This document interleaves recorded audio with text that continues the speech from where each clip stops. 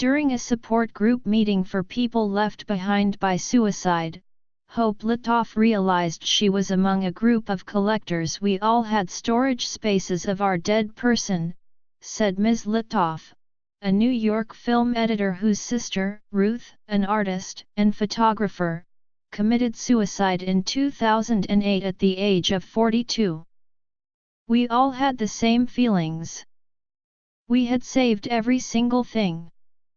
The items themselves were too precious to part with, but at the same time, too painful to look at.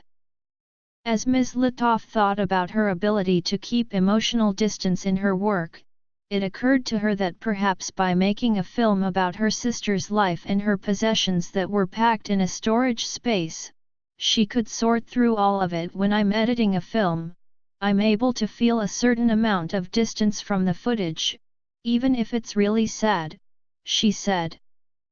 I'm able to stay objective and tell the story.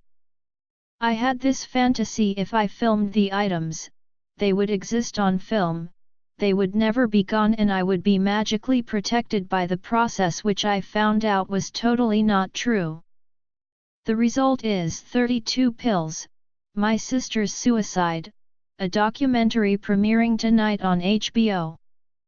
It's a disturbing and honest portrayal of Ms. Litoff's efforts to move past her sister's suicide, but in retracing her sister's steps she derails her own recovery from addiction. At one point in the film, to the dismay of those working with her on the project, she pops a few of her sister's abandoned pills. I spoke with Ms. Litoff about her reasons for making the film, how suicide affects those left behind, and what she hopes people will take away from her story. With the Netflix series 13 Reasons Why and the Broadway hit Dear Evan Hansen, the entertainment industry recently has seemed more willing to tackle the topic of suicide. Why do you think that is? I was at a film festival in Colorado. A young boy came up to me and said, "My girlfriend just committed suicide, and also 8 of my friends." The numbers are staggering. Hollywood and others being able to talk about it is a direct result of what's really happening. Many people are still uncomfortable with the topic. I know a fancy private school in New York where a student killed himself. The school's reaction was to take all mention of suicide out of the curriculum, any literature, any films, all art.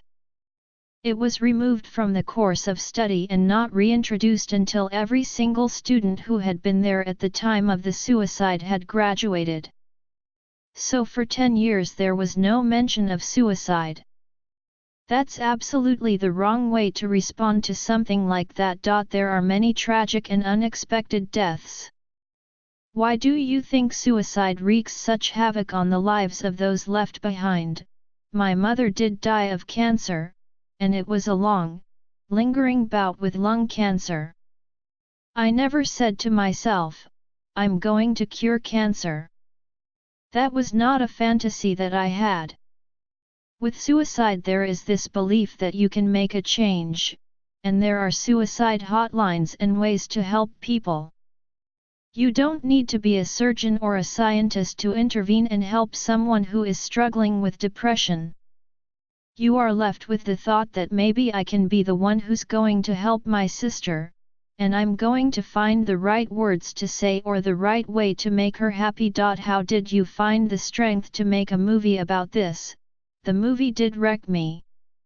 I was driven. I was obsessed, and maybe in an unhealthy way I had to go through it. It's really scary how dark I went, but I feel really grateful that I'm on the other side. I'm still dealing with it. It's not like I'm all better. But now there are no more bougie monsters. I've read every journal. I've seen every date book. I've seen every pill bottle. It's not as terrifying to me. What do you hope people will get from the film? What I am really hoping is that people who see the film feel like it's for other people like me. It's for people who were left behind and who were so alone that when they walk down the street they feel like a Martian and nobody can understand what they are feeling. I hope they feel less alone by seeing someone else who has experienced the same thing. I hope that people who love people who have lost someone to suicide will understand there's no time limit to the pain. Just be patient with the person that is still in mourning. All you can really do is listen and be there. Don't try to pretend it didn't happen. Don't not talk about it. It's the not talking about it that keeps us all isolated and sad. If people go home or go out to dinner and talk about the film, that to me is an incredible success.